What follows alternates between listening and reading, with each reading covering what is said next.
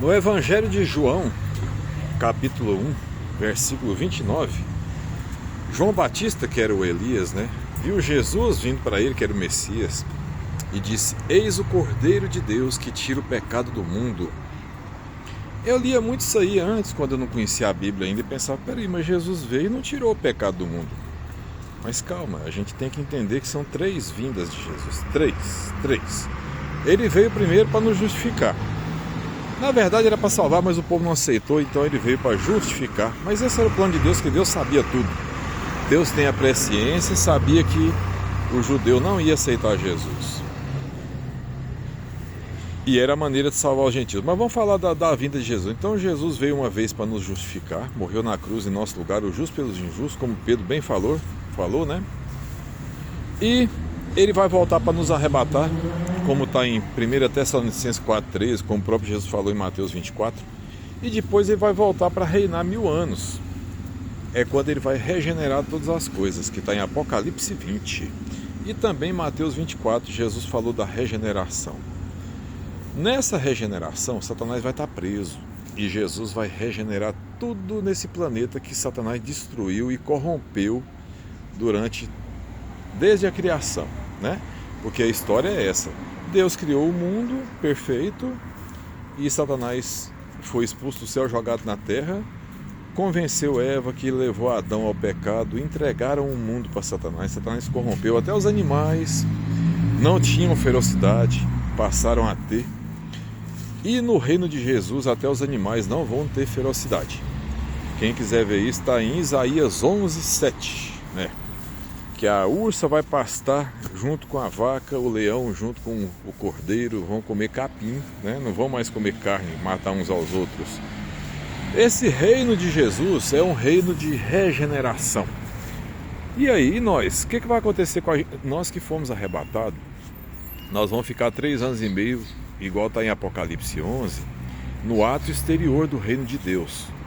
Acredito eu que sendo preparado para voltar. Aqui na terra vai ter grande tribulação, porque o anticristo, o reino dele é de 7 anos. Na metade, 3 anos e meio, quando houver o arrebatamento, que o Espírito Santo for tirado da terra, porque somente há um que ainda resiste até que do meio seja tirado, como está em 2 Tessalonicenses 2:7, e esse é o Espírito Santo. Então quando o Espírito Santo for tirado da terra, aí o anticristo vai tomar conta, vai dominar, o demônio vai ter toda a liberdade, porque não vai ter ninguém aqui na terra com o Espírito Santo para dizer: eu te repreendo em nome de Jesus. E mesmo que as pessoas naquele tempo falarem: não vai ter o Espírito Santo aqui, não vai ter efeito nenhum, a Bíblia vai estar aqui, mas não vai ter o Espírito Santo aqui, Então Jesus vai regenerar, restaurar todas as coisas e entregar a Deus perfeito como era na criação. Isso está em 1 Coríntios 15, certo? Então nós que fomos arrebatados, os cristãos, nós vamos voltar para reinar com Jesus. Mas aonde fala isso? É Apocalipse 5:9, Cantava um cântico novo: digno é de tomar o livro, que tinha um livro na mão de Deus que ninguém podia nem olhar para ele. Jesus foi o único digno de abrir esse livro. Digno é de tomar o livro e abrir os seus selos, porque foste morto, E com o teu sangue compraste homens de toda tribo, povo, línguas e nações, e para Deus os fizeste reis e sacerdotes, e eles reinarão sobre a terra. E como é que nós vamos reinar? Que corpo? Esse corpo mortal não, é um corpo glorificado, É o mesmo corpo de Jesus, porque Jesus vai transformar esse corpo abatido num corpo glorioso igual ao seu. Isso aí está escrito lá em Filipenses 3:21. Filipenses 3:21. Então é isso, nós vamos ser arrebatados, vamos ficar no ato exterior, vamos voltar para reinar, Satanás vai estar preso, nós vamos reinar com Jesus, regenerar todas as coisas.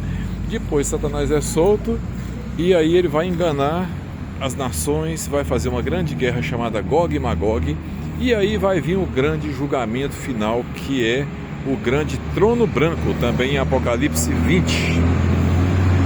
E aí Deus vai julgar todas as pessoas. Quem tiver o nome escrito no livro da vida, mesmo que esteja no inferno, vai ser salvo. Como assim? É porque em Apocalipse 20 diz que o inferno vai dar os seus mortos para julgamento. Então o inferno é temporal? Sim, é como a Igreja Católica chama de purgatório, Mas na Bíblia chama de Hades, inferno, ele é temporal. Em Apocalipse 20 o inferno vai dar os seus mortos para julgamento. E quem não tiver o nome escrito no livro da vida vai ser jogado no lago de fogo e enxofre, que, como Jesus falou em Mateus 25, do 31 em diante, né, que ele fala dos bodes das ovelhas, o lago de fogo e enxofre foi preparado para o diabo e seus anjos, mas seres humanos que seguiram e não creram em Jesus, seguiram o demônio, vão ser jogados lá, né? Quem não tiver o nome escrito no livro da vida, porque quem tiver o nome escrito no livro da vida também vai ser salvo.